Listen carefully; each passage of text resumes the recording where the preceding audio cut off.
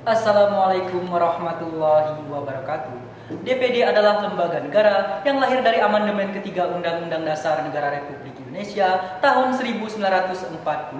Pengaturan DPD telah diatur di dalam pasal 22C dan 22D Undang-Undang Dasar Negara Republik Indonesia tahun 1945. DPD lahir sebagai bentuk respon dari adanya tuntutan reformasi yang menginginkan hilangnya sistem penganggaran pemerintahan yang bersifat sentralistik yang telah terjadi ketika era Orde Baru, di mana telah menimbulkan ketimpangan dan ketidakadilan bagi masyarakat yang ada di daerah, dan ditambah lagi dengan tidak efektifnya peran utusan daerah dalam memperjuangkan aspirasi kepentingan daerah. Adapun tujuan dibentuknya DPD ialah menjadikan DPD sebagai lembaga aspirasi yang dapat memperjuangkan kepentingan daerah dalam rumusan kebijakan nasional untuk memperkuat ikatan daerah dalam bingkai negara kesatuan Republik Indonesia dan menciptakan sistem check and balances di dalam tubuh parlemen di Indonesia. Namun, cita-cita dan harapan yang telah disematkan kepada DPD lambat laun kian memudar tatkala keanggotaan DPD didominasi oleh anggota partai politik. Dominasi anggota partai politik dalam keterwakilan anggota DPD dapat terlihat dari 70 dari 132 anggota DPD berasal dari anggota partai politik. Hal ini telah menyebabkan kinerja DPD menjadi kontraproduktif karena terjadinya benturan konflik kepentingan dalam pelaksanaan tugas, fungsi, dan kewenangan sebagai anggota DPD. Oleh karena itu, saya akan menyampaikan secara landasan filosofis mengapa kami berada pada tataran pro dalam mosi perdebatan kita hari ini. Yang pertama, anggota DPD bebas dari anggota partai politik sesuai dengan tujuan pembentukan DPD. DPD dibentuk sebagai lembaga perwakilan yang menjadi aspirasi kepentingan rakyat dalam kepentingan daerah dalam memperjuangkan kepentingan daerah dalam rumusan kebijakan nasional dan berasal dari tokoh-tokoh kedaerahan. Hal inilah yang menjadi pembeda antara lembaga perwakilan DPD dan DPR, di mana DPR berdasarkan aspirasi partai politik. Hal ini sangat berkesesuaian dengan teori diversifikasi lembaga perwakilan yang telah mengklasifikasikan lembaga perwakilan menjadi dua, yaitu lembaga perwakilan politik diwakili oleh DPR dan lembaga perwakilan daerah diwakili oleh DPD. Anggota DPD bebas dari anggota partai politik bertujuan agar dalam pelaksanaan tugas, fungsi, dan kewenangan anggota DPD tidak terkena intervensi dari kepentingan partai politik. Hal ini sangat berkesesuaian dengan teori Anthony Giddens yang menyatakan antara jabatan dan pemangku jabatan ada dua dikotomi yang tidak dapat dipisahkan. Artinya, latar belakang anggota DPD sebagai anggota partai politik tentulah akan mempengaruhi pelaksanaan tugas, fungsi, dan kewenangan anggota DPD. Anggota DPD berasal dari anggota partai politik bertujuan untuk melindungi kepentingan hak-hak daerah, di mana daerah yang telah memiliki hak-hak selama ini semakin lama semakin tergerus ketika anggota DPD didominasi oleh anggota partai politik, sehingga kebutuhan dan aspirasi masyarakat daerah tidak tersampaikan melalui DPD. Malahan, aspirasi keterwakilan kepentingan partai politiklah yang terwakili kepada DPD dalam rumusan kebijakan nasional yang ada di pemerintah pusat. Terima kasih.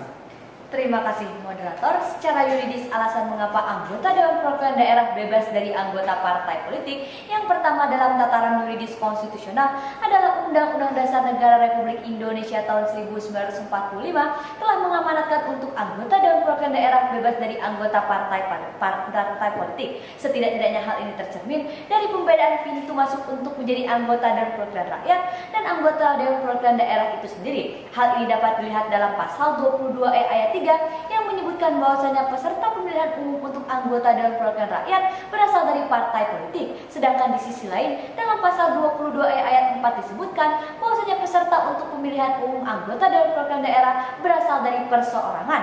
Frasa perseorangan secara semantik diartikan sebagai berasal dari tokoh daerah dan bebas dari partai politik. Hal inilah yang disebutkan oleh Mas Wadi Rauf dalam risalah amandemen Undang-Undang Dasar Negara Republik Indonesia tahun 1945.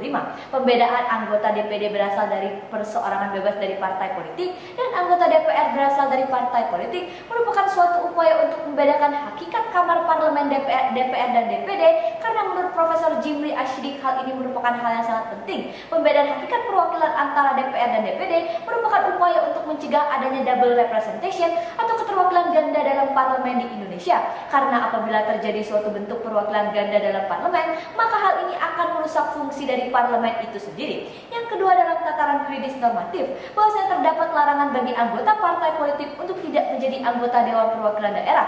Hal ini tercermin dalam aturan mengenai persyaratan pengisian jabatan calon anggota Dewan Perwakilan Daerah yang dapat kita lihat dalam Undang-Undang Nomor 7 Tahun 2017 tentang Pemilihan Umum. Dalam pasal 182 huruf L disebutkan bahwasanya calon anggota Dewan Perwakilan Daerah bersedia untuk tidak merangkap jabatan dan memiliki pekerjaan lain dan dan frasa pekerjaan lain tersebut dalam Judicial Review Mahkamah Konstitusi ditafsirkan sebagai termasuk fungsionaris partai politik. Hal ini dapat kita lihat dalam putusan Mahkamah Konstitusi nomor 30/PU/16/2018 bahwasannya fungsionaris partai politik secara frasa pun harus diartikan sebagai anggota partai politik. Hal ini dikarenakan secara filosofis mengapa fungsionaris partai politik dilarang untuk menjadi anggota Dewan Perwakilan Daerah ditujukan untuk memastikan bahwasannya kelak anggota Dewan Perwakilan Daerah dalam menjalankan jabatannya tidak akan diintervensi oleh kepentingan partai politik yang menggerus semangat untuk memperjuangkan kepentingan daerah itu sendiri. Hal ini relevan apabila kita melihat Undang-Undang Partai Politik dalam Undang-Undang Nomor 2 Tahun 2011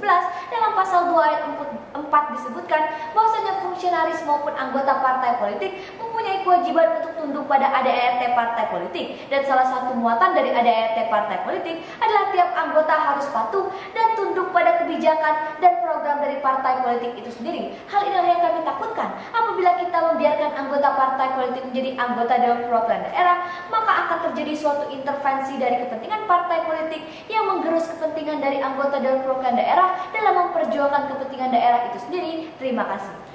Terima kasih moderator. Apabila kita lihat dari aspek sosiologis, maka seorang anggota Dewan Perwakilan Daerah haruslah terpilih berdasarkan visi misi yang ia usung untuk memajukan serta mengaspirasikan kepentingan yang ada di daerah, bukanlah berdasarkan kepentingan partai politik yang menjadi latar belakang dan telah membesarkan namanya. Bahkan sesungguhnya di dalam sebuah mekanisme elektoral, seorang calon anggota Dewan Perwakilan Daerah yang bebas dari partai politik tentu akan menjadi sangat lebih diuntungkan, dikarenakan basis dukungan yang akan ia dapatkan tidaklah berdasarkan basis dukungan dari partai-partai politik tertentu saja. Bahkan status quo telah menunjukkan bahwasanya ketika keanggotaan Dewan Perwakilan Daerah dimayoritasi oleh anggota partai politik telah menunjukkan sebuah kekisruhan dan kegaduhan, dikarenakan di dalam internal pelaksanaan tugas fungsi serta wewenangnya anggota DPD telah berorientasi pada perebutan-perebutan kekuasaan. Dalam hal ini adalah untuk menduduki jabatan di dalam internal lembaga DPD itu sendiri. Maka kontraproduktivitasnya dapat kita lihat bagaimana di dalam menjalankan